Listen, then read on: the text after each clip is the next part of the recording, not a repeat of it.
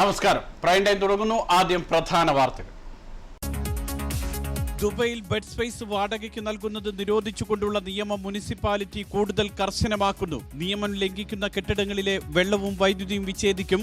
തൊഴിലാളികളെ നിശ്ചിത കേന്ദ്രങ്ങളിൽ മാത്രം താമസിപ്പിക്കണമെന്നും നിർദ്ദേശം. ദുബൈ ദേരയിൽ വാഹനാപകടത്തിൽ നിന്നും നിരവധി പേർ അത്ഭുതകരമായി രക്ഷപ്പെട്ടു. 4-ാം നിലയിലെ പാർക്കിംഗിൽ നിന്നും വാഹനം താഴേക്ക് വീഴാതിരുന്നത് തലനാരിഴയ്ക്ക്.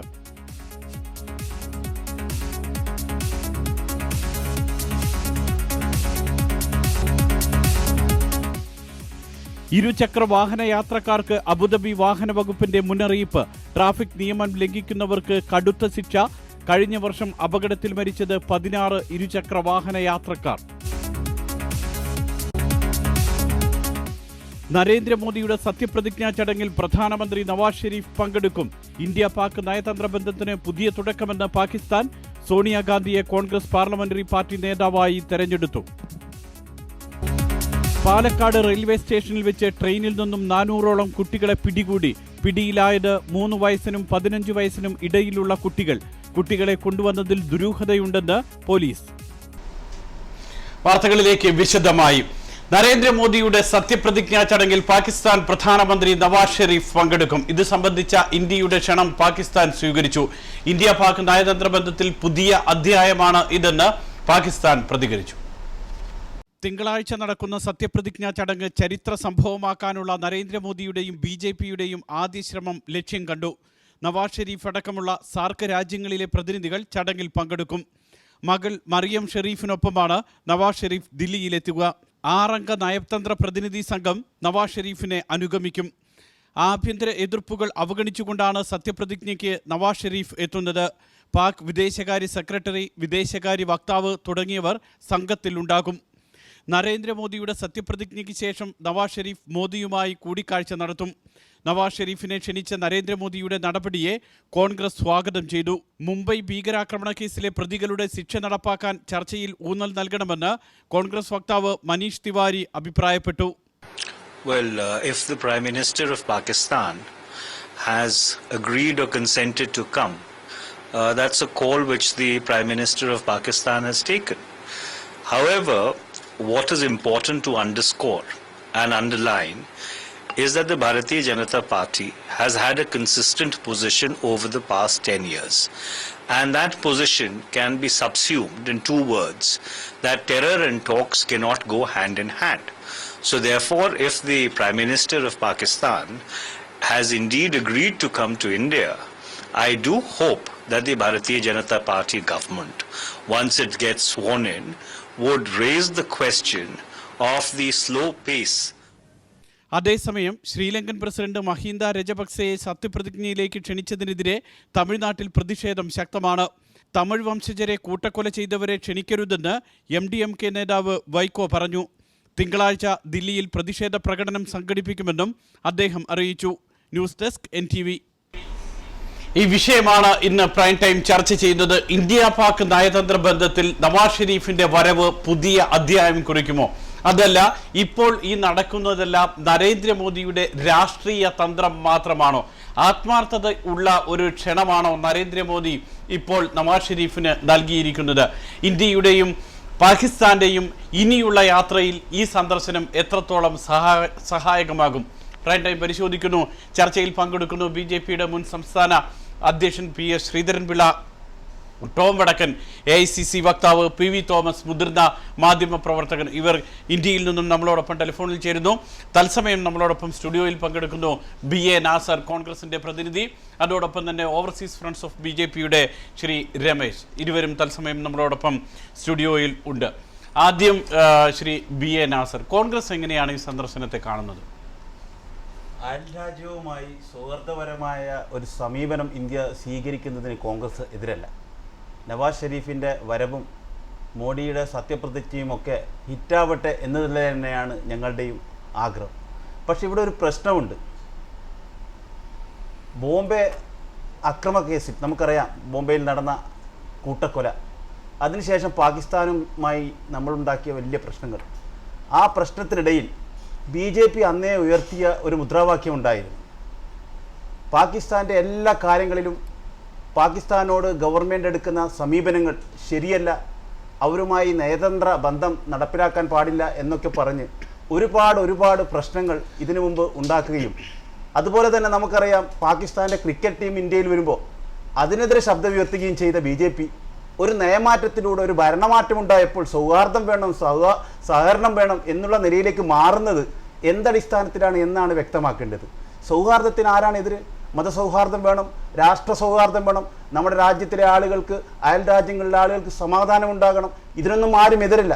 പക്ഷെ ഇവിടെ പ്രശ്നം നയപരമായ ഒരു കാര്യം ഭരണത്തിൽ വരുമ്പോൾ ഒന്ന് പറയുകയും ഭരണത്തിലില്ലാത്ത അവസരത്തിൽ കോൺഗ്രസ് എടുക്കുന്ന സമീപനത്തെ നിരന്തരമായി വിമർശിക്കുകയും ചെയ്യുക, ഒരു യുദ്ധത്തിൻ്റെ പ്രതീതി ഉണ്ടാക്കുക, യുദ്ധം ചെയ്യാത്തത് കൊണ്ട് കോൺഗ്രസിനെ കുറ്റപ്പെടുത്തുക, അങ്ങനെയുള്ള ഒരു നയത്തിൽ നിന്ന് BJP മാറുന്നത് ശരിയാണോ എന്ന് ആലോചിക്കേണ്ടത് BJP-യാണ്.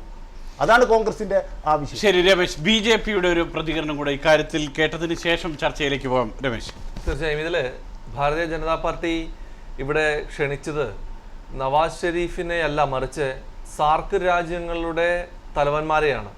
കാരണം ഏഷ്യയിലെ ഏറ്റവും വലിയ ശക്തിയാവാനായിട്ട്, അല്ലെങ്കിൽ നമ്മുടെ സൗത്ത് ഏഷ്യയിലെ ഏറ്റവും വലിയ ശക്തിയാവാനുള്ള ഇന്ത്യയുടെ ശ്രമത്തിൻ്റെ ഭാഗം ആയിട്ട് ലോക രാജ്യങ്ങളുടെ മുന്നിൽ ഇന്ത്യക്ക് ഒരു വൻ ശക്തിയാവണമെന്നുണ്ടെങ്കിൽ ഇന്ത്യക്ക് ഈ സാർക്ക് രാജ്യങ്ങളുടെ ഒപ്പം കൂട്ടേണ്ടത് അല്ലെങ്കിൽ അവരുടെ സപ്പോർട്ട് നമുക്ക് ആവശ്യമാണ്.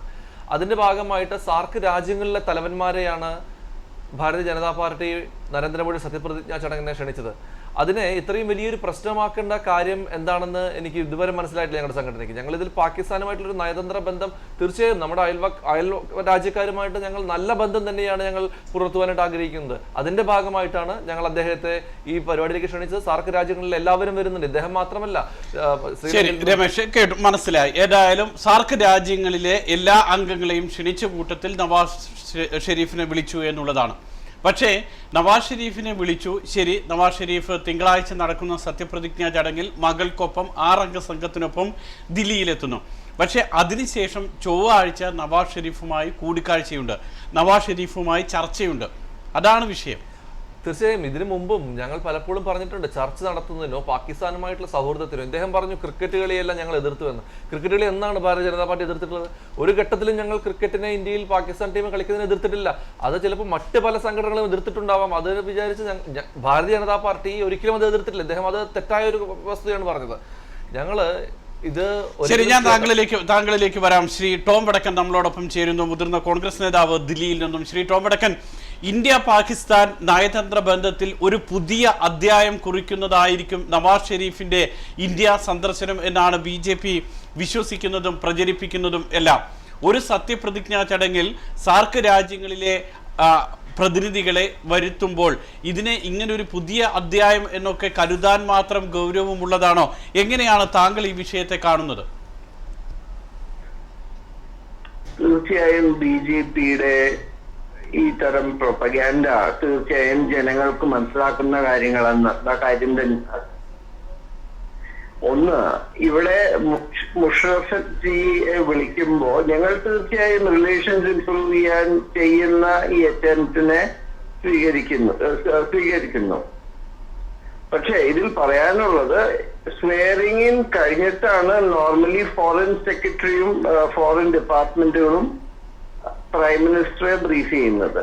അപ്പൊ അതിലെ നൈസിറ്റീസും പല കാര്യങ്ങളും പ്രൈം മിനിസ്റ്റർ ഡെസിഗ്നേഷനെ ബ്രീഫ് ചെയ്യാനുണ്ട്. അപ്പൊ അതിനു മുമ്പ് ഒരു വിഷയത്തിൽ ഡിസ്കഷൻ തുടങ്ങുമ്പോൾ തീർച്ചയായും സൂക്ഷിക്കേണ്ട കാര്യങ്ങൾ പലതും ഉണ്ട്.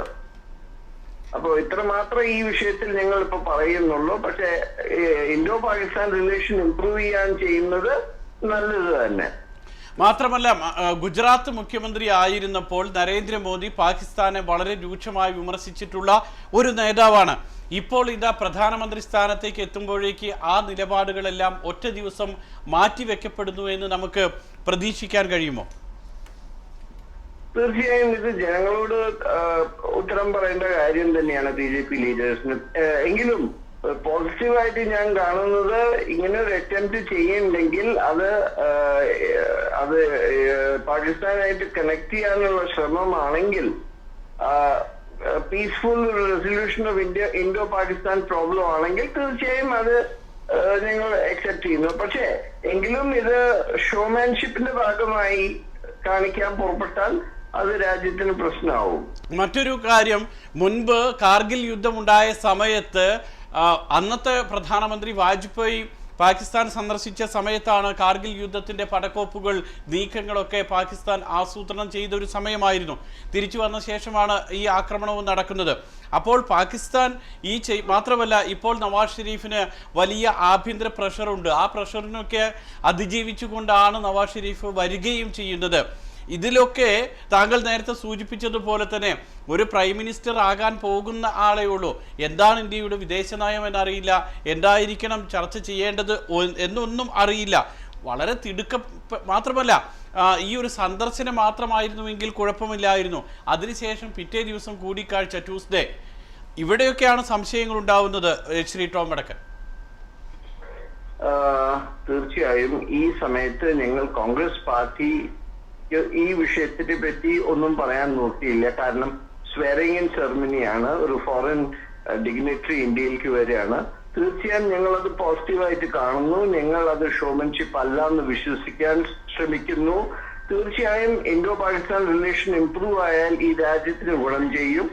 എങ്കിലും ഇവര് ഈ വിഷയം സൂക്ഷിച്ച് കൈകാര്യം ചെയ്തില്ലെങ്കിൽ, നിങ്ങൾ പറഞ്ഞതുപോലെ വാജ്പേയിയുടെ സമയത്തും പല സമയത്തും പാകിസ്ഥാൻ ഈ പ്രോമിസസ് ഒന്നും സ്വീകരിക്കുന്നവരല്ല. അവിടെ ഒരു ആർമി സിസ്റ്റം ഉണ്ട്, ആർമി സ്ട്രക്ചർ ഉണ്ട്, അവരുടെ ISIയുടെ പ്രശ്നമുണ്ട്, പല പല ഫാക്ടേഴ്സ് ഉണ്ട്. അതൊക്കെ ഫാക്ടറി ചെയ്തിട്ട് വേണം പ്രൈം മിനിസ്റ്റർ ഡെസിഗ്നേറ്റ് ആ രാജ്യമായിട്ട് ബന്ധങ്ങൾ സ്ഥാപിക്കാൻ നോക്കുമ്പോൾ ശ്രദ്ധിക്കേണ്ട കാര്യം. ഏറ്റവും ഒടുവിലായ ഒരു കാര്യം കൂടെ ശ്രീ ടോം വടക്കൻ, നരേന്ദ്രമോദിയുടെ ഫോറിൻ പോളിസി കുറെ കൂടി സോഫ്റ്റ് ആയിരിക്കുമെന്ന് ഈ ഒരു സംഭവം വെച്ചുകൊണ്ട് നമുക്ക് അസസ് ചെയ്യാൻ പറ്റുമോ? ഞാൻ അതിൽ അധികം പോകുന്നില്ല. ഇവരുടെ ഫോറിൻ പോളിസി കണ്ടെന്ന് അറിയണം. നോർമലി ഇന്ത്യയുടെ ഫോറിൻ പോളിസിയിൽ ഒരു കണ്ടിന്യൂറ്റി ആയിട്ടാണ് കണ്ടിരിക്കുന്നത്. അത് ഇതിൽ മുമ്പുള്ള ഗവൺമെന്റുകളും ഒരു കണ്ടിന്യൂറ്റിയാണ് കണ്ടിരിക്കുന്നത്. എങ്കിലും ഞങ്ങൾക്ക് പ്രതീക്ഷയുണ്ട് വലിയ മാറ്റങ്ങളൊന്നും ഇല്ലാതെ ഒരു പീസ്ഫുൾ ഒരു റെജീം ചേഞ്ച് ആയി മാറും എന്ന് വിശ്വസിക്കുന്നു. യെസ്, വളരെയധികം നന്ദി ശ്രീ ടോം വടക്കൻ. കാരണം കോൺഗ്രസ് ഒരു വ്യക്തമായ നിലപാട് ഇക്കാര്യത്തിൽ പ്രഖ്യാപിക്കാത്ത സാഹചര്യത്തിൽ ടോം വടക്കൻ അത്രമാത്രമേ പറയാൻ കഴിയുകയുള്ളൂ. ഇതാണ് ശ്രീ രമേശ്, വളരെ കൃത്യമായി കോൺഗ്രസ് നിരീക്ഷിക്കുന്നുണ്ട്. കോൺഗ്രസിനും എല്ലാവർക്കും ഒരു പ്രതീക്ഷയുണ്ട്. പക്ഷേ ആ പ്രതീക്ഷയിൽ തന്നെ നേരത്തെ ടോം വടക്കൻ പറഞ്ഞതുപോലെ പ്രധാനമന്ത്രിയല്ല, നിയുക്ത പ്രധാനമന്ത്രിയാണ്. സത്യപ്രതിജ്ഞ കഴിഞ്ഞിട്ടില്ല, ഉത്തരവാദിത്വം ഏറ്റെടുത്തിട്ടില്ല, വിദേശ പോളിസി എന്താണെന്ന് അറിയില്ല, എങ്ങനെ ആയിരിക്കണം എന്നൊന്നും അറിയില്ല. ഇതൊന്നും അറിയാതെയാണ് ഇപ്പോൾ ഇങ്ങനെയുള്ള ഈ കാര്യങ്ങളൊക്കെ ചെയ്യുന്നത്. അവിടെയാണ് ഒരു എടുത്തുചാട്ടമാണെന്ന് സംശയിച്ചു കഴിഞ്ഞാൽ അതിനെ ബലപ്പെടുത്തുന്നത്. ശരി, തീർച്ചയായും ഇത് ഒരു പുതുമയുള്ള കാര്യം തന്നെയാണ് നമ്മുടെ രാജ്യത്തിന്. 30 വർഷത്തിന് ശേഷം സ്റ്റേബിൾ ഗവൺമെന്റ് വരിക എന്ന പുതുമയുള്ള കാര്യം സംഭവിച്ച ഈ സമയത്ത് ഇനി പുതുമയുള്ള പല കാര്യങ്ങളും നമ്മുടെ രാജ്യം കാണാൻ പോവുകയാണ്. അത്തരത്തിലുള്ള ശക്തമായ തീരുമാനങ്ങളാണ് നരേന്ദ്രമോദിയുടെ ഭാഗത്തുനിന്ന് അല്ലെങ്കിൽ ഭാരതീയ ജനതാ പാർട്ടിയുടെ ഈ വരുന്ന സർക്കാരിന്റെ ഭാഗത്തുനിന്ന് ഉണ്ടാകാൻ പോകുന്നത്. അതിന്റെ ഭാഗമായിട്ടാണ് 84 ഡിപ്പാർട്ട്മെന്റുകളിലെ 84 മിനിസ്ട്രികളിലുള്ള സെക്രട്ടറിമാരോട് 20 മിനിറ്റിന്റെ ഒരു പ്രസന്റേഷൻ തയ്യാറാക്കി പ്രൈം മിനിസ്റ്ററെ കാണാനായിട്ട് പറഞ്ഞിട്ടുണ്ട് അടുത്ത ആഴ്ച. ഇത്തരത്തിൽ ഓരോ സംസ്ഥാനങ്ങളിലും പ്രൈം മിനിസ്റ്റർ ഓഫീസിന്റെ ഒരു ഭാഗം ഒരു ബ്രാഞ്ച് പോലെ സ്റ്റാർട്ട് ചെയ്യുന്നതിനായിട്ട് പറഞ്ഞിട്ടുണ്ട്. ഇത്തരത്തിലുള്ള ഇതുവരെ ഇന്ത്യ കാണാത്ത ഇത്രനാൾ തണുത്ത് ഉറങ്ങിക്കിടന്നിരുന്ന ഗവൺമെന്റുകൾ അല്ലെങ്കിൽ ഡിപ്പാർട്ട്മെന്റുകളെ എല്ലാം ഉണർത്തിക്കൊണ്ടുവരുന്ന ഒരു നടപടികളുമായിട്ടാണ് ഇനി ഞങ്ങൾ മുന്നോട്ട് പോകാൻ തീരുമാനിച്ചിട്ടുള്ളത്. ശരി, BN നാസർ, കാരണം ഇപ്പോൾ കോൺഗ്രസ് ഒരു ദേശീയ തലത്തിൽ ഇക്കാര്യത്തിൽ ഒരു ആലോചിച്ച് പ്രതികരിക്കാമെന്നുള്ള നിലപാട് തന്നെയാണ് കോൺഗ്രസ് സ്വീകരിച്ചിട്ടുള്ളത്. എങ്കിൽ പോലും കോൺഗ്രസിനെ ആശങ്കപ്പെടുത്തുന്ന ചില കാര്യങ്ങളിലെ ഒന്ന് തമിഴ്നാട്ടിലെ പ്രതിഷേധം. അത് രജപക്സെ വരുന്നതിനെതിരെ വൈക്കോ ദില്ലിയിലാണ് തിങ്കളാഴ്ച പ്രതിഷേധം പ്രഖ്യാപിച്ചിരിക്കുന്നത്. അപ്പോൾ ഇങ്ങനെയുള്ള പ്രതിഷേധങ്ങളെ കൂടി കണക്കിലെടുത്തുകൊണ്ട് വേണ്ടേ ഒരു സർക്കാർ ഒരു നയമുണ്ടാക്കാൻ? BJP ഗവൺമെൻറ്റിൻ്റെ നയം ഏതാണ്ട് ജനങ്ങൾക്ക് ബോധ്യപ്പെട്ടതുപോലെയാണ്. ആദ്യം സാധാരണ ഒരു നയം പ്രഖ്യാപിക്കുകയും ആ നയത്തെ പിന്തുടരുകയും ചെയ്യുന്ന കാര്യങ്ങളാണ് സാധാരണ നടക്കാറ്. പക്ഷേ ഇത് പറഞ്ഞുകൊണ്ടേയിരുന്ന, നിരന്തരമായി ആവർത്തിച്ചുകൊണ്ടേയിരുന്ന നയത്തിൽ നിന്ന് വ്യത്യസ്തമായ ഒരു നയവുമായിട്ടാണ് ഇപ്പം BJP ഗവൺമെൻറ് ആദ്യത്തെ ഫോറിൻ പോളിസി തന്നെ നടപ്പിലാക്കുന്നത്. നവാസ് ഷെരീഫ് ഇന്ത്യയിൽ വരുന്നത് കൊണ്ടല്ല, അദ്ദേഹം വരുന്നതിന് മുമ്പ് BJP ഉയർത്തിയ ഒരുപാട് കാര്യങ്ങൾ, ആ കാര്യങ്ങളിലൊക്കെ മറക്കുക. തമിഴ്നാട്ടിലും കഴിഞ്ഞ പ്രാവശ്യം ഇതുപോലെ ശ്രീലങ്കയുമായൊരു നല്ല ബന്ധം സ്ഥാപിക്കാൻ പോകുമ്പോൾ അവിടെയുള്ള ജയലളിതയെ കൂട്ടുപിടിക്കേണ്ടി വരും എന്നുള്ളൊരു ചിന്താഗതിയിൽ അത്തരം കാര്യങ്ങളിൽ പോലും ഇടപാടുകൾ നടത്തിയ ആളുകളാണ് BJP. അപ്പോൾ ഇവിടെ മനസ്സിലാക്കേണ്ടത് പറയുന്ന ഒന്ന് പ്രവർത്തിക്കുന്ന ഒന്ന് എന്നുള്ള നിലയിലേക്ക് BJP പോവുകയാണെങ്കിൽ അത് ഇന്ത്യ മഹാരാജ്യത്തിന് ഗുണകരമാകുമോ എന്ന് നാം ആലോചിക്കാം. ശരി, ഞാൻ ഒരു പ്രേക്ഷകൻ നമ്മളോടൊപ്പം ചേരുന്നു. ഹലോ, കേൾക്കാമോ? പറയൂ, പേര്? പ്രമോദ്, താങ്കൾ എങ്ങനെ കാണുന്നു? ഇപ്പോൾ നവാസ് ഷെരീഫിനെ വളരെ പെട്ടെന്ന് തിരക്ക് പിടിച്ച് ക്ഷണിച്ച് തിങ്കളാഴ്ച കൊണ്ടുവരുന്നു, ചൊവ്വാഴ്ച ചർച്ച നടത്തുന്നു. ഇത് നരേന്ദ്രമോദിയുടെ ഒരു തന്ത്രമായിട്ടാണോ താങ്കൾക്ക് തോന്നുന്നത്, അതോ വളരെ വസ്തുനിഷ്ഠമായ ഭാവിയിലേക്കുള്ള നല്ലൊരു ചുവടുവയ്പായിട്ടാണോ താങ്കൾ വിലയിരുത്തുന്നത്? ഇത് വളരെ ഒരു സ്ട്രാറ്റജിക് മൂവാണ്. നമ്മൾ ഒരു കാര്യം നോക്കണമെങ്കിൽ ഇന്ത്യ 1.4 ബില്യൺ പീപ്പിളുള്ള ഒരാളാണ്. കൺട്രിയാണ് ഇന്ത്യ. ഒരുപാട് കാലമായിട്ട് ഇന്ത്യയുടെ ഫോറിൻ പോളിസി എന്ന് പറഞ്ഞാൽ പാകിസ്ഥാൻ ബൗണ്ട് ഫോറിൻ പോളിസിയാണ്. ഇന്ത്യ അമേരിക്കനെ പോലെ UK പോലെയൊക്കെ ലോക ഇടപെടും.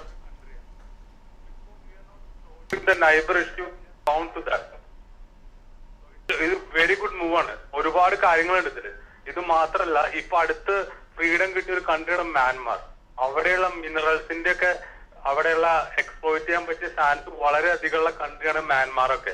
ഓൾറെഡി വെസ്റ്റേൺ കൺട്രീസ് അവിടെ എക്സ്പ്ലോർ ചെയ്ത് തുടങ്ങി. നമ്മൾ ഇത് ഇന്ത്യക്ക് ഇവിടെ ഒരു ശക്തിയാവാൻ പറ്റിയിട്ടില്ലെങ്കിൽ പുറത്തുനിന്ന് ആൾക്കാർ വന്ന് അതെല്ലാം എക്സ്പ്ലോയിറ്റ് ചെയ്യും. അപ്പൊ ഇതുകൊണ്ട് വളരെ ഒരു സ്ട്രാറ്റജിക് മൂവാണ്. നമ്മളിവിടെ പൊളിറ്റിക്സ് ഒക്കെ മാറ്റി വെച്ച് പരമാവധി സപ്പോർട്ട് ചെയ്യാൻ വേണ്ടേ. യെസ്, വളരെയധികം നന്ദി. കാരണം ഈ ദക്ഷിണേഷ്യയിലെ ഏറ്റവും വലിയ ശക്തികളിൽ ഒന്നായി മാറാൻ ഇന്ത്യക്ക് ഒരുപക്ഷെ ഇത് കഴിഞ്ഞേക്കും എന്നുള്ളതാണ് അദ്ദേഹത്തിൻ്റെ ഒരു പ്രതീക്ഷ. സാർക്ക് രാജ്യങ്ങളുടെ നേതൃപദവിയിലേക്ക് ഇന്ത്യക്ക് വരാൻ കഴിയുമെന്നും പ്രതീക്ഷിക്കുന്നു.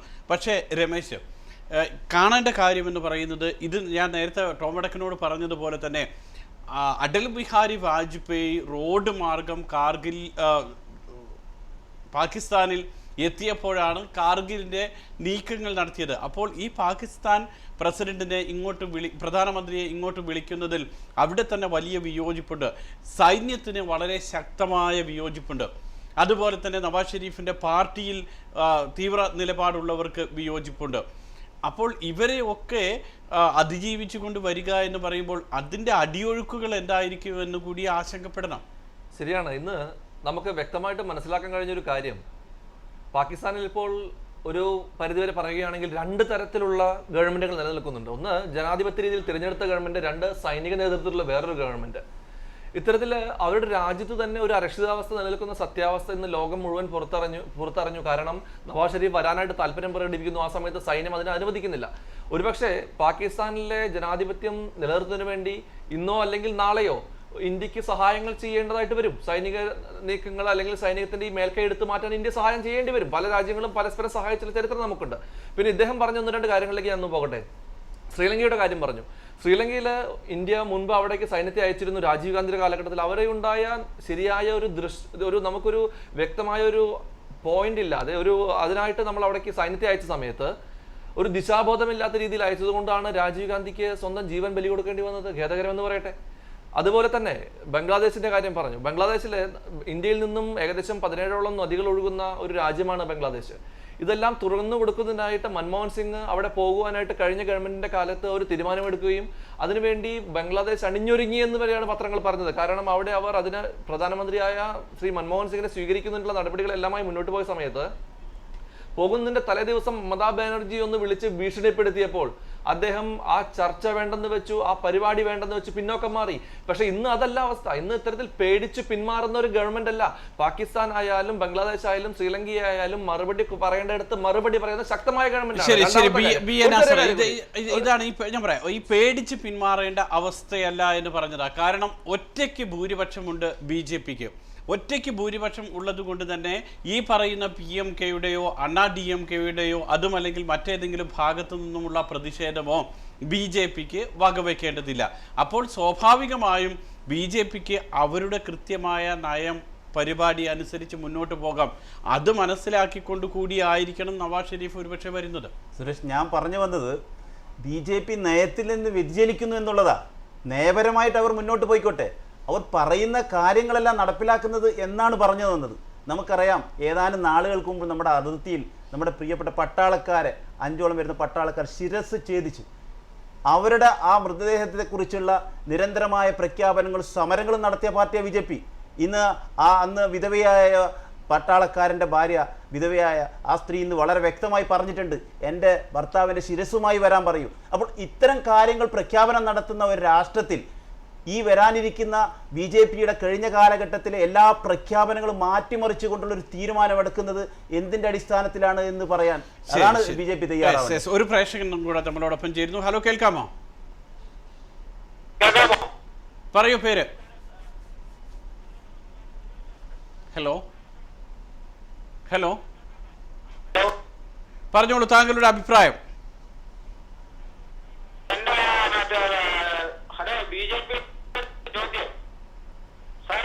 കേൾക്കാം കേൾക്കാം. ഇവിടെ ക്രിക്കറ്റ് എല്ലാ മുസ്ലിങ്ങളും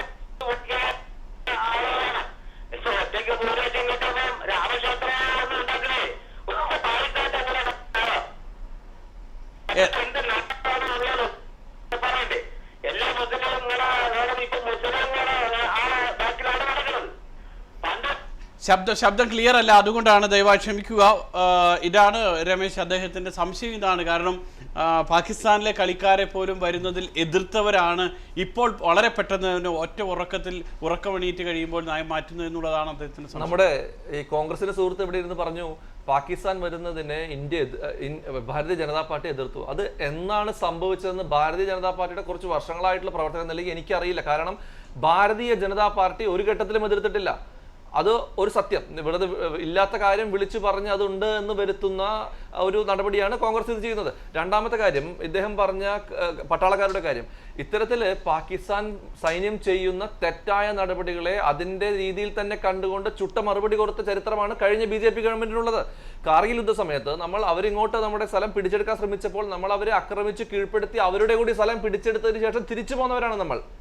അതുകൂടാതെ അന്നത്തെ പ്രതിരോധ മന്ത്രിയായിരുന്ന ശ്രീ ജോർജ് ഫെർണാണ്ടസ് പറഞ്ഞു, ഞങ്ങൾ 2.5 മണിക്കൂർ നിർത്താതെ ആക്രമിച്ച പാകിസ്ഥാൻ എന്നൊരു രാജ്യത്തെ ഈ ഭൂമുഖത്ത് നിന്ന് എടുത്തു മാറ്റുമെന്ന്.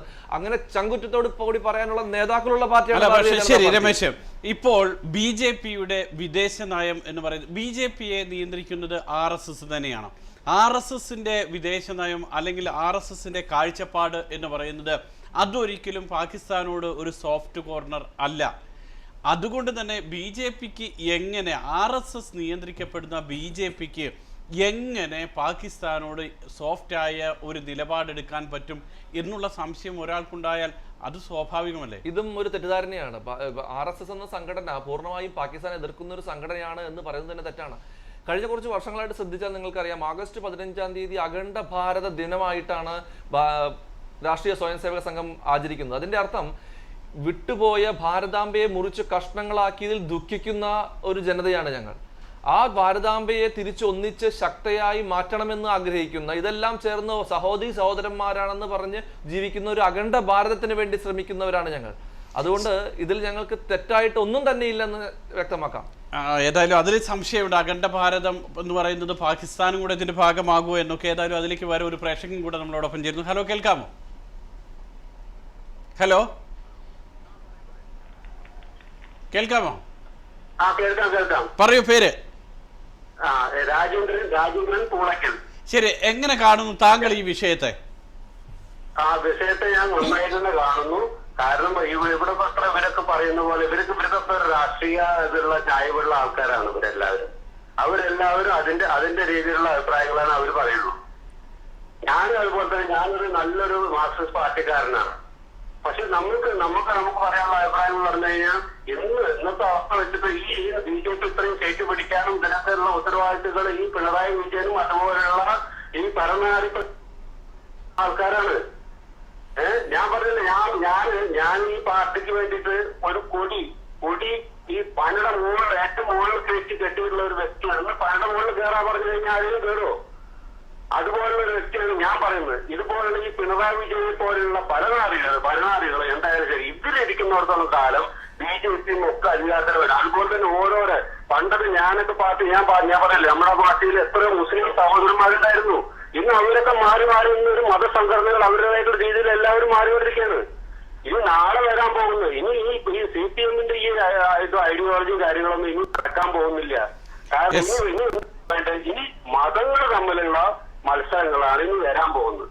എല്ലാവർക്കും പിടിച്ചു. ഇപ്പൊ ഈ കഴിഞ്ഞ ഇലക്ഷൻ നടന്നു തന്നെ ഹിന്ദുക്കളെല്ലാം ഒരുമിച്ച് നിന്ന കാരണം കൊണ്ടാണ് നോർത്ത് ഇന്ത്യയിലിട്ട് സീറ്റുകൾ പിടിക്കാൻ പറ്റിയതും ഇതിനൊക്കെ അവർക്ക് പറ്റിയുള്ള ഒരു അഭിപ്രായമാണ് എനിക്ക് പറയാനുള്ളത്. യെസ്, വളരെയധികം നന്ദി. അദ്ദേഹം മറ്റൊരു വിഷയമാണ് സംസാരിച്ചത്. ഏതായാലും ശ്രീ BA നാസർ, ഇപ്പോൾ മറ്റ് രാജ്യങ്ങൾക്കിടയിൽ, അതായത് സാർക്ക് രാജ്യങ്ങൾക്കിടയിൽ, അയൽ രാജ്യങ്ങൾക്കിടയിൽ ഒരു നല്ലൊരു ഇമേജിലേക്ക് വരാൻ വേണ്ടി നരേന്ദ്രമോദിക്ക് കഴിയുന്നില്ല. കാരണം ആഭ്യന്തരമായി നരേന്ദ്രമോദിക്ക് ഇന്ത്യക്കകത്ത് ഒട്ടേറെ പേരുദോഷങ്ങളുണ്ടായിരുന്നു. ഹിംസ്ര ജന്തുവിനെ പോലെ, നരഭോജിയെ പോലെ, സ്ത്രീയുടെ ഗർഭപാത്രം വരെ കീറി മുറിച്ച ആൾ എന്നൊക്കെ ഉള്ള രീതിയിൽ ആഭ്യന്തരമായി നരേന്ദ്രമോദിക്ക് ഒട്ടേറെ പേരുദോഷങ്ങളുണ്ടായിരുന്നു. അതിൻ്റെ ഭാഗമായി വിസ നിഷേധിച്ച വിദേശ രാജ്യങ്ങൾ പോലുമുണ്ട്. അപ്പോൾ ഇങ്ങനെ ഈ ഒരു പ്രതിച്ഛായ മാറ്റിയെടുക്കുക, അയൽ രാജ്യങ്ങളുമായുള്ള ഒരു നല്ലൊരു ഇമേജിലേക്ക് കാര്യങ്ങൾ കൊണ്ടുവരിക, രാജ്യത്തിൻ്റെ ഇമേജിനേക്കാൾ തൻ്റെ പ്രതാപത്തിലേക്ക് ഫോക്കസ് ചെയ്യുന്ന ഒരു പ്രവണത കൂടി ഇതിൽ നരേന്ദ്രമോദിക്ക് ഉണ്ടെന്ന് സംശയിച്ചാൽ എങ്ങനെ കാണും അതിന്? സുരേഷ്, തീർച്ചയായും അത് തന്നെയാണ് ഞാൻ പറയുന്നത്. അദ്ദേഹം സ്വന്തം മൈലേജ് ഉണ്ടാക്കാൻ വേണ്ടിയുള്ള ശ്രമങ്ങൾ നടത്തുന്നതിൻ്റെ ഭാഗം തന്നെയാണ് ഇത്തരം കാര്യങ്ങളിൽ ഏർപ്പെട്ടത്. പ്രത്യേകിച്ച് നവാസ് ഷെരീഫ്. ഇതിനു മുമ്പ് BJP-യുടെ ഗവൺമെൻറ് ഉണ്ടായിട്ടില്ലേ? വാജ്പേയിയുടെ കാലത്ത് ഇങ്ങനെ സംഭവിച്ചിട്ടില്ലല്ലോ. അതുപോലെ തന്നെ ചന്ദ്രശേഖർ ഉണ്ടായിരുന്നു, ശ്രീ മൊറാർജി ദേശായി ഉണ്ടായിരുന്നു. അതുപോലുള്ള ഒരുപാട് ഗവൺമെൻറ്റുകൾ നമ്മുടെ നാട്ടിലുണ്ട്. പക്ഷെ അവരാരും ചെയ്യാത്തത് ഈ സന്ദർഭത്തിൽ ചെയ്തത് ഒരു പ്രത്യേക പ്രീതിപ്പെടുത്തുന്നതിനപ്പുറം തൻ്റെ പേര് ലോകത്തിന് മുമ്പിൽ ഉണ്ടായിരിക്കുന്ന തൻ്റെ ഇന്നത്തെ ഇമേജിനെ മാറ്റിമറിക്കാനുള്ള അദ്ദേഹത്തിൻ്റെ ശ്രമത്തിൻ്റെ ഭാഗം തന്നെയാണ് എന്നതിൽ യാതൊരു സംശയവുമില്ല. രമേശിന് മറുപടി പറയേണ്ട ഞാൻ ഒരു പ്രേക്ഷകൻ കൂടി ചേരുന്നു. ഹലോ, കേൾക്കാമോ? ഹലോ, കേൾക്കാം. പറയൂ, താങ്കളുടെ അഭിപ്രായം. പേര് പറയൂ. എന്റെ പേര് ആണ്, ഞാൻ ദുബൈയിൽ നിന്നാണ് സംസാരിക്കുന്നത്. ശരി, അഭിപ്രായം പറയൂ. ഇപ്പോൾ BJPക്ക് ഭൂരിപക്ഷം എന്ന് പറയുന്നത് കോൺഗ്രസിന് ഏറ്റവും ഒരു പരാജയം തന്നെയാണ്.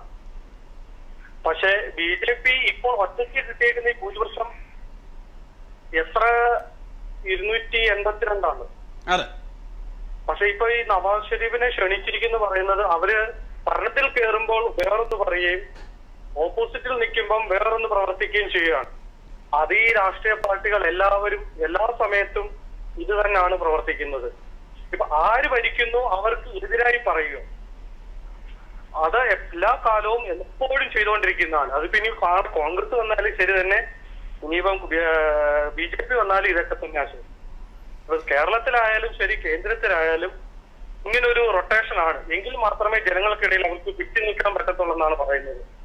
ഇപ്പൊ തമിഴ്നാട്ടിലെ ശ്രീലങ്കൻ പ്രശ്നം വന്നാലും DMK-യും അവരും എല്ലാം എതിർത്തു പറയും. പക്ഷെ അതിനൊന്നും സപ്പോർട്ട് ചെയ്യേണ്ട കാര്യമില്ല. ഇപ്പൊ ഒറ്റയ്ക്ക് പറഞ്ഞോളൂ, വേഗം പറഞ്ഞോളൂ.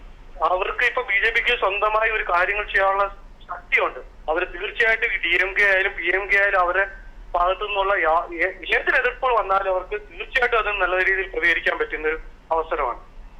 യെസ്, വളരെയധികം നന്ദി താങ്കളുടെ അഭിപ്രായത്തിൽ. രമേശ് നേരത്തെ പറഞ്ഞതുപോലെ, BA നാസർ പറഞ്ഞതുപോലെ, ഇങ്ങനെ വ്യക്തിപരമായ ഒരു പ്രതിച്ഛായയ്ക്ക് വേണ്ടിയിട്ടുള്ള ഒരു ശ്രമം മോദിയുടെ ഭാഗത്തു നിന്ന് ഉണ്ടാകുന്നു എന്നുള്ള സംശയം ബലപ്പെടുന്നു. ഇത് അദ്ദേഹം പറഞ്ഞു മൈലേജ് കൂട്ടുന്നതിന്റെ ഭാഗമാണെന്ന്. തീർച്ചയായും, പക്ഷേ മൈലേജ് കൂട്ടുന്നതിന്റെ ഭാഗമാണ്. പക്ഷേ അത് ശ്രീ നരേന്ദ്രമോദി പറഞ്ഞതുപോലെ അദ്ദേഹത്തിന്റെ അമ്മയാണെന്ന് അദ്ദേഹം വിശ്വസിക്കുന്ന ഭാരത മാതാവിന്റെ മൈലേജ് കൂട്ടാനായിട്ടാണ് ഇന്ത്യയെ south Asian association for regional cooperation എന്ന് പറയുന്ന സാർക്ക് രാജ്യങ്ങളുടെ ഇടയിൽ നിങ്ങൾക്കറിയാം ഇതിന്റെ അഗ്രികൾച്ചറും അങ്ങനെ ഓരോ സെന്ററുകളുണ്ട്. അത് പല രാജ്യങ്ങളിലാണ്. ഈ രാജ്യങ്ങളുടെ മേൽക്കൈ നേടുന്നതിന് അതിന്റെ മാതൃരാജ്യമായ ഇന്ത്യക്ക് തന്നെയാണ് അതിന് അവകാശമെന്ന് ഉറക്കെ പ്രഖ്യാപിക്കുന്നതിന്റെ ഭാഗമായിട്ട് തന്നെയാണ് സൗത്ത് ഏഷ്യയിലെ ഏറ്റവും ശക്തമായ രാജ്യമായി മാറുക എന്ന വളരെ വ്യക്തമായ ലക്ഷ്യത്തോടു കൂടി തന്നെയാണ് നരേന്ദ്രമോദി ക്ഷണിച്ചത്. നേരത്തെ ഫോൺ വിളിച്ച സുഹൃത്ത് പറഞ്ഞു ശ്രീലങ്കയിലെ പ്രശ്നങ്ങൾ. ശ്രീലങ്കയില് തമിഴ് വംശജരെ അടിച്ചൊതുക്കി അവരെ ഇല്ലായ്മ ചെയ്തത് കോൺഗ്രസ് ഭരിക്കുമ്പോഴാണ്. കോൺഗ്രസ് അവിടെ ഡൽഹിയിൽ ഇരുന്നു കൊണ്ട് അതിനെതിരെ പ്രസ്താവനകൾ ഇറക്കിയതല്ലാതെ ഒന്ന് തിരിഞ്ഞു നോക്കാൻ, ഒരാളെ രക്ഷപ്പെടുത്താൻ ഒന്നും ചെയ്യാനായിട്ട് തയ്യാറാവാത്ത കോൺഗ്രസ് ആണ് ഇന്നിവിടെ മുതലക്കണ്ണീർ ഒഴുക്കുന്നത്. ഖേദകരമാണ് ഇത്തരം നടപടികൾ. ശരി, ഒരു പ്രേക്ഷകൻ കൂടെ ചേരുന്നു. ഹലോ, കേൾക്കാമോ? പറയൂ, താങ്കളുടെ പേര്. ബാബു. ശരി, ബാബു പീതാംബരൻ എങ്ങനെ കാണുന്നു? നരേന്ദ്രമോദി വരികയാണ്, നരേന്ദ്രമോദി ക്ഷണിച്ചിട്ട് നവാസ് ഷെരീഫ് വരികയാണ് ഇന്ത്യയിലേക്ക്. ഇന്ത്യ പാകിസ്ഥാൻ നയതന്ത്ര ബന്ധത്തിന്റെ ഒരു പുതിയ അധ്യായം സ്വർണ്ണ ലിപികളിൽ BJP എഴുതുകയാണ്. ഓക്കെ, ഇതൊരു പുതിയ അധ്യായം സ്വർണ്ണലിപിയിൽ എഴുതാനല്ല വരുന്നത്. നരേന്ദ്രമോദിക്ക് നവാസ് ഷെരീഫ് മുമ്പിൽ ഒരു കുംഭസാരം നടത്താനുണ്ട്. ഒരു കുംഭസാര കൂട് ഓൾറെഡി ഡൽഹിയിൽ തയ്യാറാക്കിക്കൊണ്ടിരിക്കുന്നത്. പക്ഷെ അത് ഇന്ത്യയുടെ മണ്ണിൽ വെച്ചിട്ട് നവാസ് ഷെരീഫിന് മുമ്പിൽ നരേന്ദ്രമോദിക്ക് കുംഭസാരിക്കാനുള്ള ഒരു സന്ദർഭമാണ് കിട്ടിയിരിക്കുന്നത്. നരേന്ദ്രമോദിയുടെ ഇരട്ടമുഖം നമ്മൾ കണ്ടു കഴിഞ്ഞു. ഒരു പ്രധാനമന്ത്രിയെ സത്യപ്രതിജ്ഞ ചെയ്യുന്നതിന് മുമ്പ് തന്നെ നമ്മുടെ നാടിന്റെ അഭിമാനം ഈ പാകിസ്ഥാന് മുമ്പിൽ അടിയറ വെക്കുന്ന ഒരു പ്രധാനമന്ത്രിയാണ് ഇന്ത്യയുടെ പ്രധാനമന്ത്രിയെ സത്യപ്രതിജ്ഞ ചെയ്യാൻ പോകുന്നത് എന്ന് കേൾക്കുമ്പോൾ തന്നെ ഒരു ഇന്ത്യക്കാരന് എനിക്ക് വളരെയധികം പുച്ഛമുണ്ട്. അല്ല, എന്തായിരിക്കും കുംഭസാരം? നവാസ് ഷെരീഫ് കുംഭസാരം നടത്താൻ പോകുന്നു എന്ന് താങ്കൾക്ക് തോന്നിയത് എന്തുകൊണ്ടാണ്? നിരന്തരമായി പാകിസ്ഥാൻ മോശമായ വാക്കുകളിൽ കൂടിയും എതിരിട്ട ഒരു ഇന്ത്യക്കാരനാണ് നരേന്ദ്രമോദി. ഏറ്റവും വലിയ ഉദാഹരണം, നവാസ് ഷെരീഫ് അധികാരത്തിൽ വന്നപ്പോൾ മൻമോഹൻ സിംഗ്, അന്നത്തെ പ്രധാനമന്ത്രി മൻമോഹൻ സിംഗിനെ അവിടത്തേക്ക് ക്ഷണിക്കുമ്പോൾ ഏറ്റവും കൂടുതൽ എതിർത്തത് ഈ BJP ഗവൺമെന്റാണ്. മറ്റേ സുഹൃത്ത് പറഞ്ഞു, ക്രിക്കറ്റുകാരെ എതിർത്ത് ശിവസേനയല്ലേ ഇന്ത്യയിൽ പാകിസ്ഥാൻ ക്രിക്കറ്റിനെ ഏറ്റവും കൂടുതൽ എതിർത്തത്? ഇതെന്താ ചരിത്രം മറന്നുപോയി ആ സുഹൃത്തിന്? പിന്നെ കോമൺവെൽത്ത് സമ്മേളനത്തിൽ പങ്കെടുക്കാൻ വേണ്ടി കൊളംബോയിലേക്ക് പോകാൻ തയ്യാറായ പ്രധാനമന്ത്രി മൻമോഹൻ ഏറ്റവും കൂടുതൽ വിമർശിച്ചതാണ് ഇന്ത്യയല്ലേ? അപ്പൊ അധികാരം കിട്ടുമ്പോൾ നമ്മൾക്ക് എന്തുമാകാം, കാരനോട് അടുപ്പിൽ കൂടാന്നുള്ള നിലപാടാണോ മോഡി നടപ്പിലാക്കാൻ പോകുന്നത്? യെസ്, വളരെയധികം നന്ദി ശ്രീ ബാബു പീതാംബരൻ. ബാബു പീതാംബരനാണ് അഭിപ്രായം അറിയിച്ചത്. വളരെയധികം നന്ദി. ഇത് BA നാസർ ഈ പറയുന്നത് പോലെ തന്നെ അധികാരത്തിൽ, താങ്കൾ തുടക്കത്തിൽ തന്നെ പറയുന്നത് പോലെ തന്നെ അധികാരത്തിൽ വരുന്നതിന് മുൻപ് BJPക്ക് ഒരു നയം, പാകിസ്ഥാന്റെ കാര്യത്തിൽ അധികാരത്തിൽ വന്നു കഴിഞ്ഞപ്പോൾ മറ്റൊരു നയം. ഈ ഡബിൾ സ്റ്റാൻഡാണ് ഇനി കൂടുതൽ ദോഷം ചെയ്യാൻ പോകുന്നത് സർക്കാരിനും രാജ്യത്തിനും. തീർച്ചയായും ഇത് വരാനിരിക്കുന്ന ദിവസങ്ങൾ നമ്മൾ കാണാൻ പോകുന്നതേ ഉള്ളൂ. BJP പറയുന്ന ഓരോ കാര്യങ്ങൾക്കും വ്യത്യസ്തമായ നിലയിൽ അവർ പ്രവർത്തിക്കാൻ തുടങ്ങിയിട്ടേ ഉള്ളൂ. ഇനി ഒരുപാട് കാര്യങ്ങളുണ്ട് നടപ്പിലാക്കാൻ. RSSന്റെ പ്രത്യേക സിദ്ധാന്തങ്ങളൊക്കെയും നടപ്പിലാകുമ്പോൾ ഈ രാജ്യത്തിലെ ജനങ്ങൾക്ക് വളരെ വ്യക്തമായി അത് ബോധ്യപ്പെടും. ഇപ്പോൾ ചെയ്യുന്നത് ഞാൻ നേരത്തെ സൂചിപ്പിച്ചതുപോലെ മൈലേജിൻ്റെ കാര്യമാണെങ്കിൽ ഇനി വരാനിരിക്കുന്നത് അടിസ്ഥാനപരമായ ചില പ്രശ്നങ്ങളുടെ കാര്യത്തിലാണ്. ആദ്യം തന്നെ BJPയുടെ ഈ ഗവൺമെൻറ്റിനെ, മോഡിയുടെ ഗവൺമെൻറ്റിനെ വിലയിരുത്താനായിട്ടില്ല. ഒരുപാട് കാര്യങ്ങൾ ഇനി വരാനിരിക്കുന്നതേയുള്ളൂ. 6 മാസക്കാലമെങ്കിലും നമ്മൾ കൊടുക്കണം. പക്ഷേ വരാനിരിക്കുന്ന ഇഷ്യൂസിനെ BJPയും അതുപോലെ തന്നെ അവരുടെ മാനിഫെസ്റ്റോവും വളരെ വ്യക്തമായ ഒരുപാട് കാര്യങ്ങൾ പറഞ്ഞിട്ടുണ്ട്. ആ കാര്യങ്ങളിൽ മോഡി എന്ത് നിലപാട് സ്വീകരിക്കും എന്ന് നമ്മൾ കാണാനിരിക്കുന്നതേയുള്ളൂ. അത് കണ്ടതിന് ശേഷമേ നമുക്ക് വ്യക്തമായ ഒരു അഭിപ്രായവും പറയാൻ പറ്റുള്ളൂ. RSSന്റെ നയമാണോ, മോഡിയുടെ നയമാണോ, BJPയുടെ മാനിഫെസ്റ്റോയിലെ നയമാണോ ഇന്ത്യയിലെ ജനങ്ങളെ അടിച്ചേൽപ്പിക്കാൻ പോകുന്നത് എന്ന് കാണാൻ പോകുന്ന ഒരു കാര്യമാണ്. ശരി രമേശ്, ഇവിടെ ഈ പറയുന്നത് പോലെ ഇപ്പോൾ PMKയുടെ ആണെങ്കിലും അതേപോലെ തന്നെ MDMKയുടെ ആണെങ്കിലും അതുമല്ല ഇനി ANNADMKയുടേതാണെങ്കിലും ഒക്കെ ഈ പ്രതിഷേധങ്ങൾ കണ്ടില്ല എന്ന് വെക്കരുത്. അത് മറിച്ച് BJPക്ക് മൃഗീയമായ ഒരു ഭൂരിപക്ഷം ഉള്ളതുകൊണ്ട് തങ്ങളുടെ നയം, തങ്ങളുടെ ആശയം, തങ്ങളുടെ നിലപാട് അത് മറ്റുള്ളവരെ അടിച്ചേൽപ്പിക്കാം എന്നുള്ള ഒരു തോന്നലാണ് ഇപ്പോൾ ഇവിടെ ഉണ്ടാകുന്നത്. തമിഴ്നാട്ടിൽ നിന്നുമുള്ള പ്രതിഷേധത്തിന് അങ്ങോട്ട് തിരിഞ്ഞു നോക്കുന്ന പോലുമില്ല, അതിനെക്കുറിച്ചൊരു വാക്കുപോലും പറയുന്നില്ല. ഇതില് 1-2 കാര്യങ്ങൾ ഞാൻ ഇതോടെ അടുപ്പിച്ച് ബന്ധപ്പെട്ട് പറഞ്ഞോട്ടെ. ഈ പ്രശ്നങ്ങൾ നടക്കുന്ന സമയത്ത്, ശ്രീലങ്കയിൽ തമിഴ് വംശജരെ കൂട്ടക്കൊല ചെയ്യുന്ന പ്രശ്നം നടക്കുന്ന സമയത്ത് അവിടെ നടന്ന കോമൺവെൽത്ത് ഗെയിംസിന് പോകരുതെന്ന് പറയാനുണ്ടായ സാഹചര്യം, അവിടെ AIDMKയും DMKയുമാണ് ഏറ്റവും കൂടുതൽ എതിർത്തത്. അത് നേരത്തെ വിളിച്ച സുഹൃത്തിന് അറിയില്ലെന്ന് തോന്നുന്നു. അവിടെ പോകരുതെന്ന് പറയാൻ കാരണം അവിടെ പ്രശ്നങ്ങൾ നടക്കുന്ന സമയത്ത് ഇടപെടാതെ കണ്ണടച്ച് ഇരുട്ടാക്കിയ ഒരു സർക്കാരായിരുന്നു അന്ന്. പേടിച്ചുകൊണ്ട് ഭയന്ന് പിന്മാറി ചൈനയുടെ കയ്യിൽ നിന്നും ആയുധങ്ങൾ വാങ്ങിക്കൊണ്ട് ശ്രീലങ്കൻ ഗവൺമെന്റ് അവിടുത്തെ തമിഴ് വംശജരെ അടിച്ചൊതുക്കി കൂട്ടക്കൊല ചെയ്ത സമയത്ത് മിണ്ടാതെ കണ്ണും പൂട്ടിയിരുന്ന ഒരു ഗവൺമെന്റാണ് ഇവിടെ ഇരുന്ന് ഈ മുതലക്കണ്ണീരൊഴുക്കുന്നത്.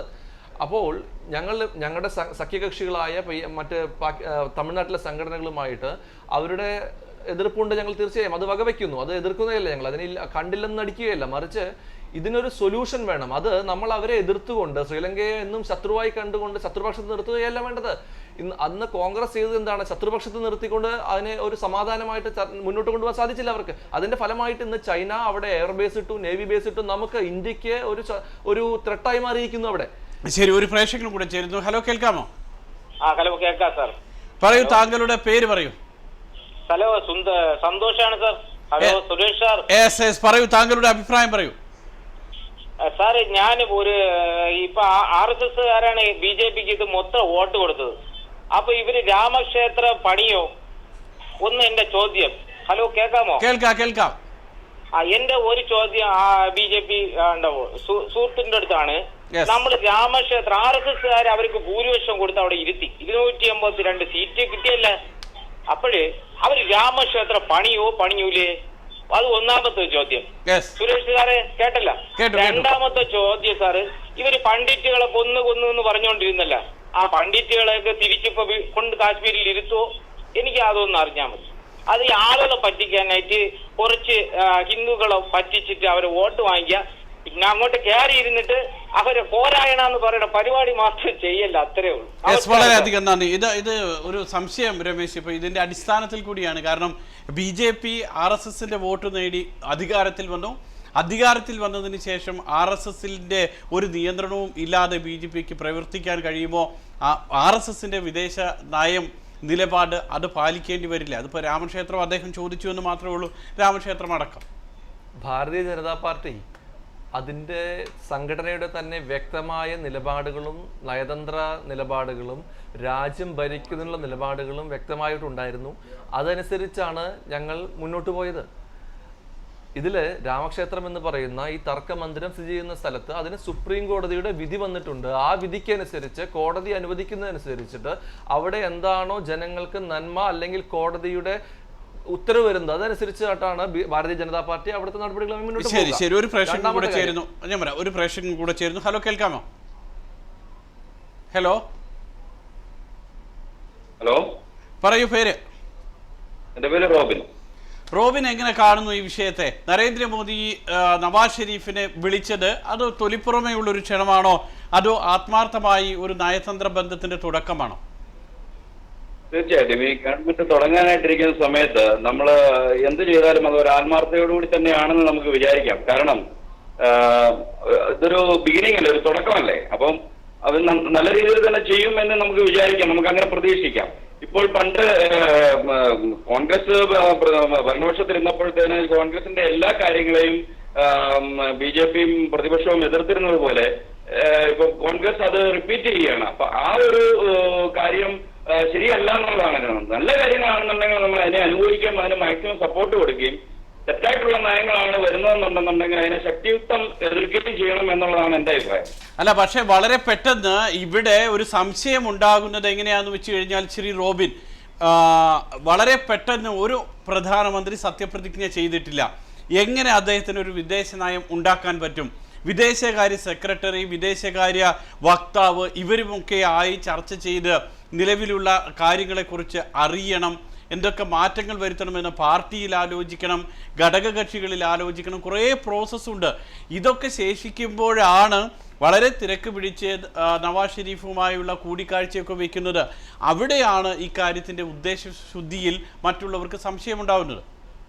ശരി, ആയിക്കോട്ടെ. ഞാൻ പറയുന്നത് ഇതൊരു തുടക്കമാണ്. സത്യപ്രതിജ്ഞ ചെയ്യുന്ന ദിവസം ഒരു വലിയൊരു ദിവസം, ഇന്ത്യയെ സംബന്ധിച്ചിടത്തോളം വലിയൊരു ദിവസം.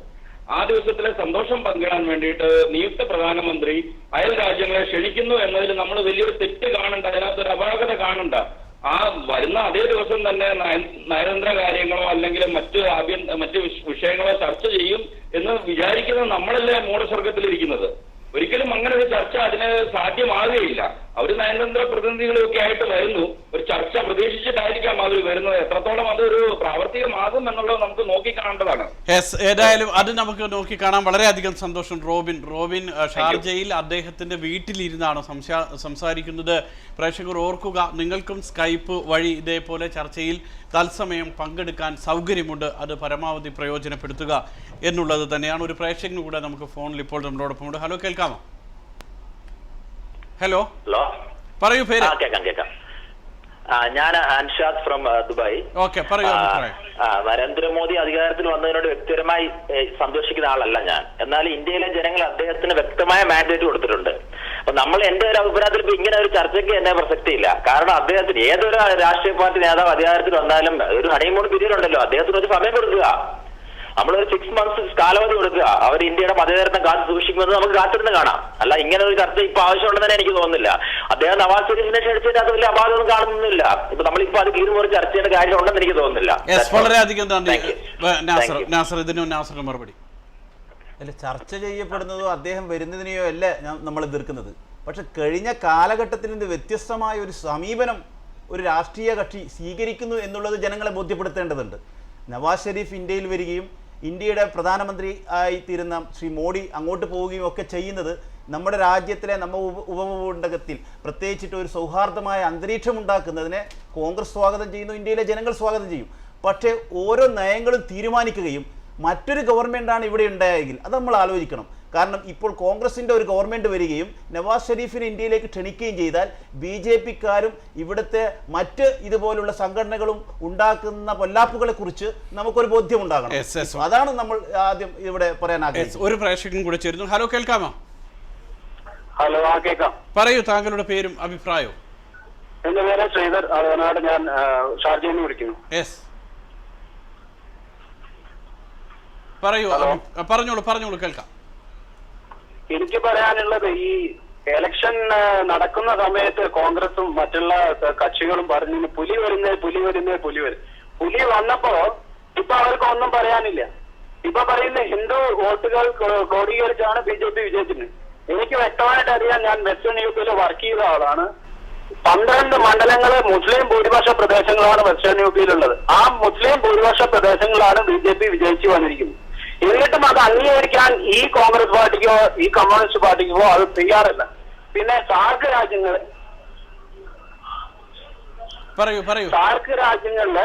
രാജ്യങ്ങളില് പ്രധാനമന്ത്രിമാര് നരേന്ദ്രമോദി ക്ഷണിച്ചു.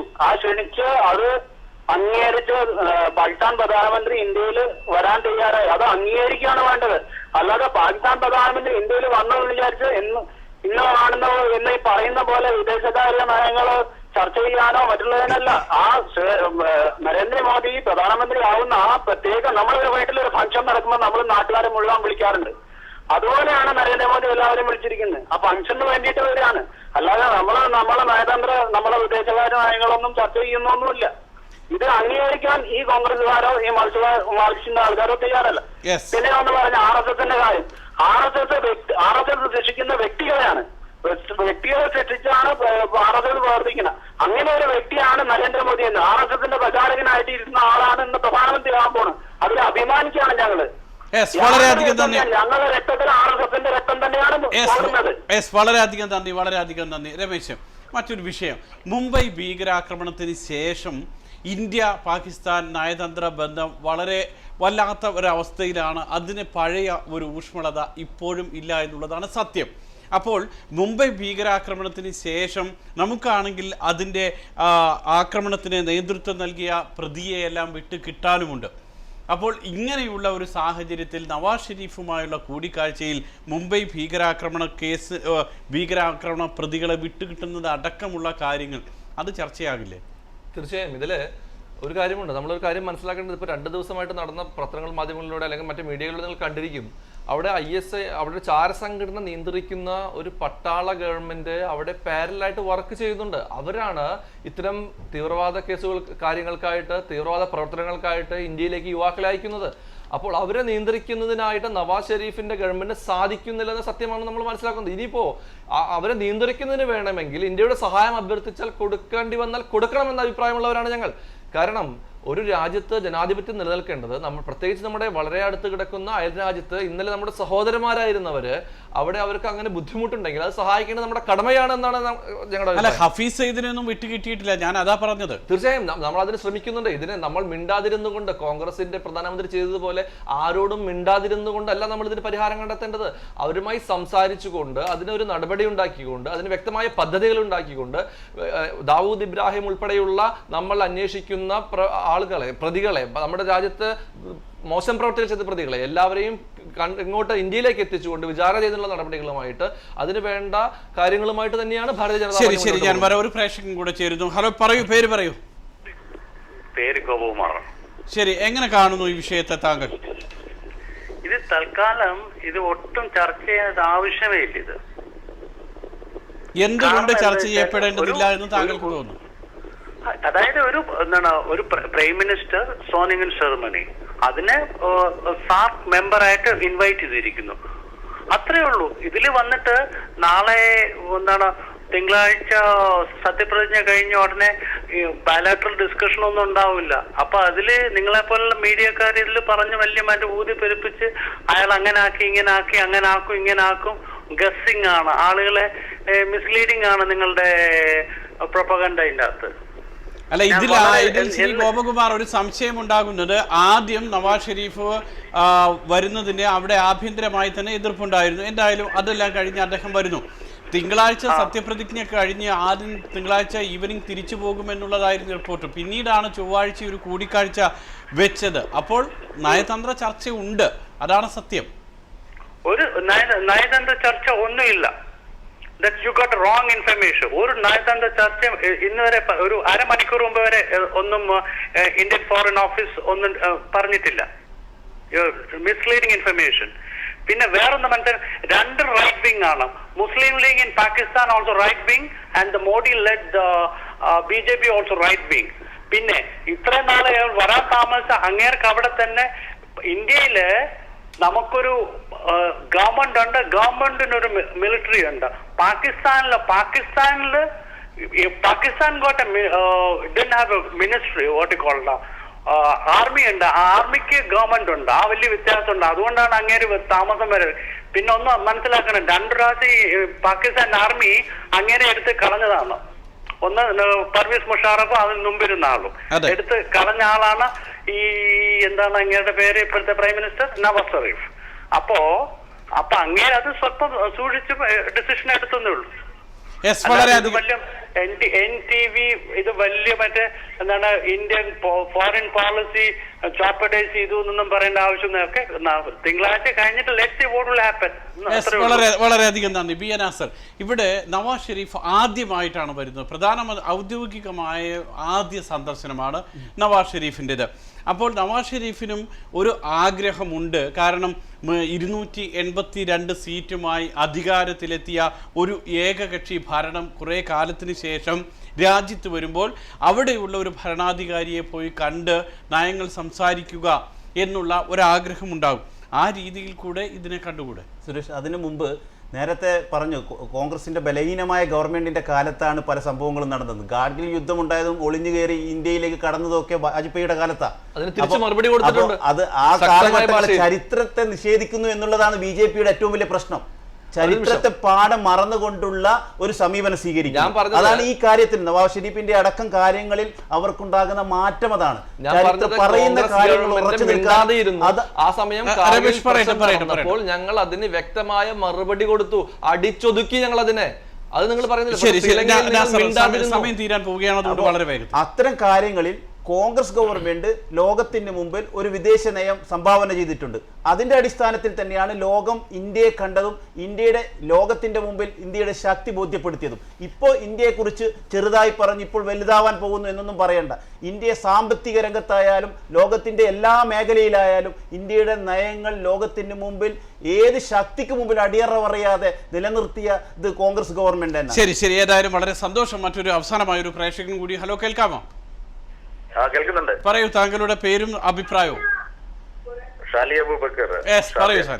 പറയൂ. ഇത് ഇപ്പൊ മോദി സത്യപ്രതിജ്ഞ ചെയ്യാൻ വേണ്ടി പോവുകയാണല്ലോ. അപ്പൊ അതിന്റെ ഭാഗമായിട്ട് സാർക്ക് രാജ്യങ്ങളിലെ നയതന്ത്രജ്ഞന്മാരെ അല്ലെങ്കിൽ പ്രധാനമന്ത്രിമാരെ ഒരു ക്ഷണനം നടത്തിയിരിക്കുന്നു ഈ പരിപാടി പങ്കെടുക്കാൻ വേണ്ടിയിട്ട്. അപ്പോൾ അതിൽ ഒരുപാട് പൊളിറ്റിക്സും ഉണ്ട്. പ്രത്യേകിച്ച് പാകിസ്ഥാനിലെ പോലെ ഒരു പ്രധാനമന്ത്രിയെ ക്ഷണിക്കുമ്പോ അവരുടെ ഇതുവരെയുള്ള കാര്യങ്ങളിൽ കുറേയധികം ബുദ്ധിമുട്ടുകൾ ഇന്ത്യ പാകിസ്ഥാന്റെ ഭാഗത്തുനിന്ന് ഉണ്ടായിട്ടുണ്ടായിരുന്നു. അപ്പൊ അതിൽ പങ്കെടുക്കേണ്ട കാര്യങ്ങൾ തീരുമാനമെടുക്കുകയും പിന്നെ NTV ചർച്ച ചെയ്യുന്നത് വളരെ കാര്യപ്പെട്ടുള്ള ഗൗരവമുള്ളൊരു വിഷയം തന്നെയാണ്. കാരണം ഇത് കഴിഞ്ഞാൽ നയതന്ത്ര ചർച്ചകൾ ഉണ്ടാകുമെന്നും പറഞ്ഞിട്ടുണ്ട് ഇന്ത്യ പാകിസ്ഥാനായിട്ട്. ചൊവ്വാഴ്ച ചർച്ചയുണ്ടെന്നാ പറഞ്ഞത്. നമ്മൾ ഏകദേശം ഉദ്ദേശിച്ചത് മോഡി ഭരണത്തിൽ വരുമ്പോൾ ഇന്ത്യ പാകിസ്ഥാൻ എന്തെങ്കിലും പ്രശ്നങ്ങൾ ഉണ്ടാവുമോ എന്നുള്ളൊരു പേടി ന്യൂനപക്ഷങ്ങൾക്ക് ഉണ്ടായിരുന്നു.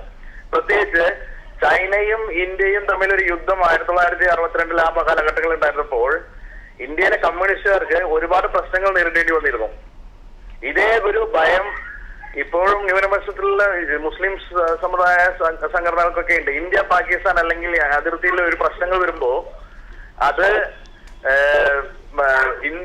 ഹിന്ദുത്വത്തിനെ അത് പോളറൈസ് ചെയ്യാൻ വേണ്ടിയിട്ട് മോദി പോലെ അല്ല BJP ഗവൺമെന്റ് അതിൽ ഉപയോഗിക്കുമെന്നോ ഇവിടുത്തെ മുസ്ലിങ്ങളെ തള്ളിപ്പറയുമെന്നോ അങ്ങനെയൊക്കെ ഒരു വിഷയമൊക്കെ ഇതിൽ ഉണ്ട്. സാധാരണ ഒരു ഭയം ഉണ്ടായിരുന്നു. ഇപ്പൊ ഇന്ത്യ പാകിസ്ഥാൻ ഒരു സൗഹൃദ ചർച്ചയാണെങ്കിൽ അത് വളരെയധികം പ്രോത്സാഹിപ്പിക്കേണ്ടതാണ്. ഇതിലൊരു വിഷയം എന്ന് പറയുന്നത് ന്യൂനപക്ഷത്തിന്റെ കാര്യങ്ങൾ കൺസിഡർ ചെയ്യണം ഈ ചർച്ചകളൊക്കെ പങ്കെടുക്കുമ്പോൾ. കാരണം ഇന്ത്യ പാകിസ്ഥാൻ എന്നുള്ളത് ഒരു വലിയ വിഷയമാണ്. മുസ്ലിം ഹിന്ദു എന്നുള്ളതിൽ പോളറൈസേഷൻ ചെയ്യാൻ പറ്റിയ ഏറ്റവും വലിയൊരു ആയുധമാണ് ഈ പാകിസ്ഥാനായിട്ടുള്ള നയതന്ത്ര പ്രശ്നങ്ങൾ. വളരെ ശക്തമാണ് താങ്കളുടെ അഭിപ്രായം, വളരെ യുക്തിഭദ്രവും തന്നെയാണ്. വളരെയധികം നന്ദി. അവസാനമായി രമേശ് ഇതിന് മറുപടി. ഞാൻ ആദ്യം ഇപ്പോൾ വിളിച്ച സുഹൃത്ത് പറഞ്ഞത് തുടങ്ങട്ടെ. ചൈന ഇന്ത്യ യുദ്ധം നടന്ന സമയത്ത് ഇന്ത്യയിലെ കമ്മ്യൂണിസ്റ്റുകാർ ആക്രമിക്കപ്പെട്ടു എന്ന് പറഞ്ഞു. അതിന് വ്യക്തമായ കാരണമുണ്ട്. കാരണം ഇന്ത്യയിൽ അവർ ചൈനയ്ക്ക് അനുകൂലമായിട്ട് പ്രകടനങ്ങൾ നടത്തി, അതുകൊണ്ടാണ് അവർ ആക്രമിക്കപ്പെട്ടത്. അതൊരു ഭാരതീയൻ ചെയ്യുന്ന ഒരു മിനിമം കാര്യമാണെന്ന് ഞാൻ പറയുന്നത്. രണ്ടാമത്തെ കാര്യം, ഇതിൽ ഈ നയതന്ത്ര മേഖലയിൽ നാളത്തെ സത്യപ്രതിജ്ഞയ്ക്കായിട്ട് സാർക്ക് രാജ്യങ്ങളിലെ രാജ്യത്തലവന്മാരെ ക്ഷണിച്ചതിൽ ഇന്ത്യ ഭാരതീയ ജനതാ പാർട്ടിക്ക് വ്യക്തമായ പ്ലാനുണ്ട്. സാർക്ക് രാജ്യങ്ങളിൽ ഇന്ത്യ മുന്നിൽ വരണം, അതനുസരിച്ച് മുന്നോട്ട് പോകണം. ഈ രാജ്യങ്ങളുടെ എല്ലാം തന്നെ തലപ്പത്തെത്തണമെന്ന് നമുക്ക് ആഗ്രഹമുണ്ട്. സൗത്ത് ഏഷ്യയിലെ ഏറ്റവും ശക്തമായ രാജ്യമാവണമെന്ന് ഞങ്ങൾക്ക് ആഗ്രഹമുണ്ട്. അല്ലാതെ ബംഗ്ലാദേശിലേക്ക് പോകരുതെന്ന് പറഞ്ഞ് മമത കണ്ണുരുട്ടിയപ്പോൾ പേടിച്ച് റൂമിൽ കയറിയ പോലത്തെ ഒരു പ്രധാനമന്ത്രിയല്ല. ശക്തമായ ഒരു ഗവൺമെന്റാണ് ഇന്ത്യയിൽ വന്നിരിക്കുന്നത്. അതിന്റെ പേര് ശക്തമായ നടപടികളാണ് ഞങ്ങൾ മുന്നോട്ട് പോയി ഇന്ത്യയെ വളർച്ചയിലേക്ക് കൊണ്ടുപോകുക, ഇന്ത്യയെ ലോകത്തിന്റെ മുന്നിലേക്ക് എത്തിക്കുക എന്ന് തന്നെയാണ് ഞങ്ങളുടെ ലക്ഷ്യം. വളരെയധികം നന്ദി. ഏതായാലും ഇന്ത്യ പാകിസ്ഥാൻ നയതന്ത്ര ബന്ധത്തിൽ പുതിയൊരു അധ്യായം തുടക്കം കുറിച്ചുകൊണ്ട് നവാസ് ഷെരീഫ് ഇന്ത്യയിൽ തിങ്കളാഴ്ച എത്തുകയാണ്. ഔദ്യോഗിക പദവി ഏറ്റെടുത്തതിന് ശേഷമുള്ള നവാസ് ഷെരീഫിന്റെ ആദ്യ സന്ദർശനം കൂടിയാണ്. ചൊവ്വാഴ്ചയാണ് കൂടിക്കാഴ്ചയും ചർച്ചയും വെച്ചിരിക്കുന്നത്. നരേന്ദ്രമോദിയുമായുള്ള കൂടിക്കാഴ്ച. ഈ വിഷയമാണ് പ്രൈം ടൈം ഇന്ന് ചർച്ച ചെയ്തത്. നരേന്ദ്രമോദി പ്രധാനമന്ത്രിയായി ചുമതലയേൽക്കുന്നതിന് തൊട്ടു മുൻപ് തന്നെ ഇത്തരം നീക്കങ്ങൾ നടത്തുന്നതിൽ എത്രത്തോളം യുക്തിഭദ്രമാണ്, എത്രത്തോളം ദീർഘവീക്ഷണമുണ്ട് കാര്യങ്ങളിൽ എന്നുള്ളതായിരുന്നു ചർച്ച ചെയ്തത്. ചർച്ചയിൽ പങ്കെടുത്ത കോൺഗ്രസ് നേതാവ് ശ്രീ ടോം വടക്കൻ, തത്സമയം നമ്മളോടൊപ്പം സ്റ്റുഡിയോയിലെത്തിയ ശ്രീ BA നാസർ കോൺഗ്രസിൻ്റെ പ്രതിനിധി, അതോടൊപ്പം തന്നെ Shri Ramesh overseas friends of BJPയുടെ രമേശ്, ഇരുവർക്കും വളരെയധികം സന്തോഷത്തോടെ നന്ദി. ചർച്ചയിലേക്ക് വിളിച്ച പ്രേക്ഷകർക്കും നന്ദി. ചെറിയൊരു ഇടവേള.